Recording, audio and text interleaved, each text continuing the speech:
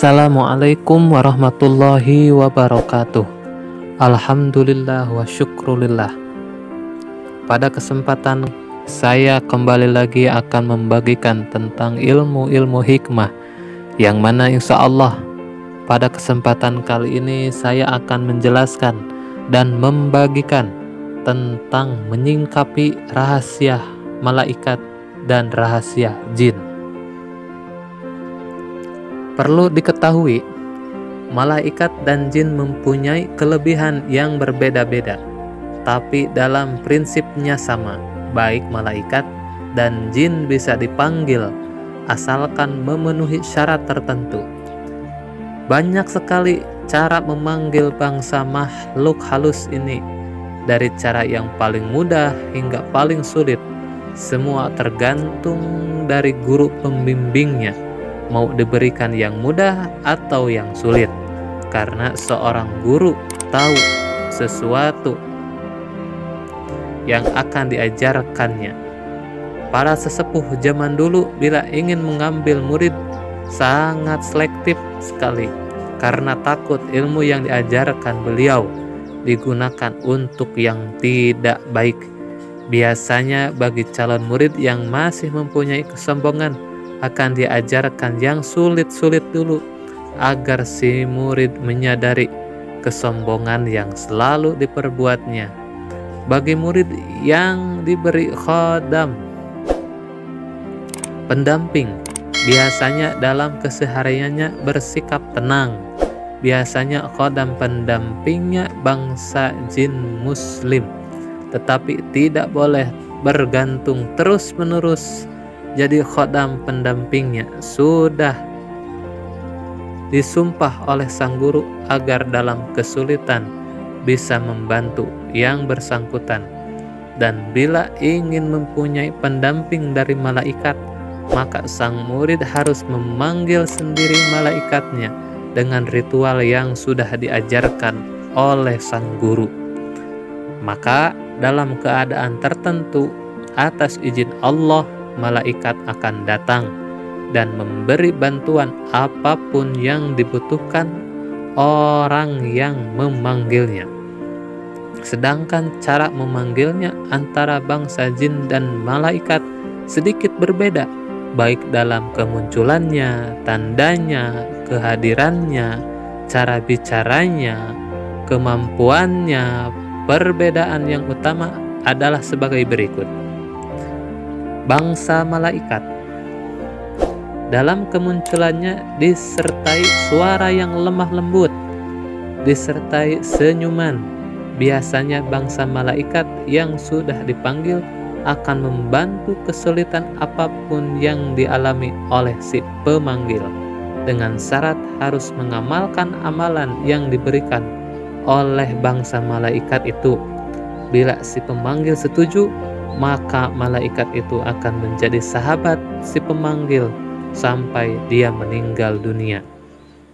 Jadi malaikatnya tidak bisa diwariskan kecuali si pewaris mengamalkan apa yang diamalkan oleh orang yang memberikannya, baik tata cara memanggil, amalan dan syarat yang diminta oleh malaikat. Yang kedua, bangsa jin. Dalam kemunculannya disertai suara yang tegas. Bila kita tidak berilmu dan tidak diberi benteng gaib, biasanya jin yang dipanggil akan mengajak bertarung. Tetapi bila kita berilmu dan diberi benteng gaib, dia akan bicara dengan sopan, senyum, penuh persahabatan, dan tidak berani sama kita. Bahkan jin itu mau disuruh apapun sesuai dengan kemampuannya. Biasanya bila jin sudah datang, dia akan memberikan suatu amalan yang bersifat memaksa, yaitu amalan yang diberikan oleh jin harus dikerjakan. Maka jin akan membantu apapun yang kita perintah. Bila kita tidak mengerjakan, maka jin itu tidak mau membantu lagi. Bila Anda setuju dengan syaratnya, maka jin itu jadi sahabat si pemanggil. Dan setiap hari harus mendoakan jin itu, dan pada hari tertentu menyediakan minyak tertentu atau membakar menyan dan lain-lain sebagai tanda terima kasih dan mempererat persahabatan itu berlaku bagi bangsa jin muslim. Bukankah sesama umat muslim adalah saudara? Dan bila memanggil bangsa selain jin muslim, tentu syaratnya berbeda lagi, sesuai dengan syarat yang berlaku pada bangsa jin itu. Dan untuk menghadapi bangsa jin diperlukan doa atau mantra-mantra yang bisa membuat jin itu takut, terbakar, terusir, atau sampai membunuh bangsa jin itu sendiri. Bagaimana peran tenaga dalam untuk mengusir jin? Tenaga dalam adalah suatu tenaga yang tersimpan dalam tubuh. Dalam prinsipnya tenaga dalam untuk kesehatan, bukan untuk melawan bangsa jin atau memasuki alam gaib dengan aman.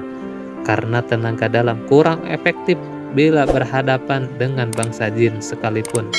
Tenaga dalamnya sempurna bila kita berhadapan dengan jin, lalu memukul jin itu dengan tenaga dalam. Jin itu tidak akan mati atau sakit yang parah.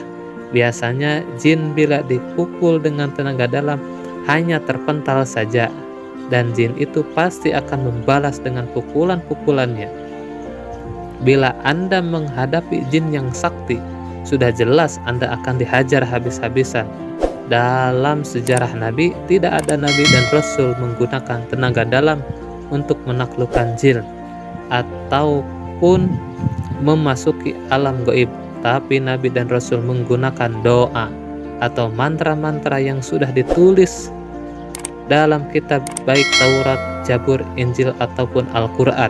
Di dalam aliran kejawen pun para sesepuh Jawa menggunakan mantra-mantra saktinya untuk menghadapi bangsa jin, bukan menggunakan tenaga dalam, karena beliau tahu tenaga dalam tidak efektif, bahkan bisa mengancam jiwanya.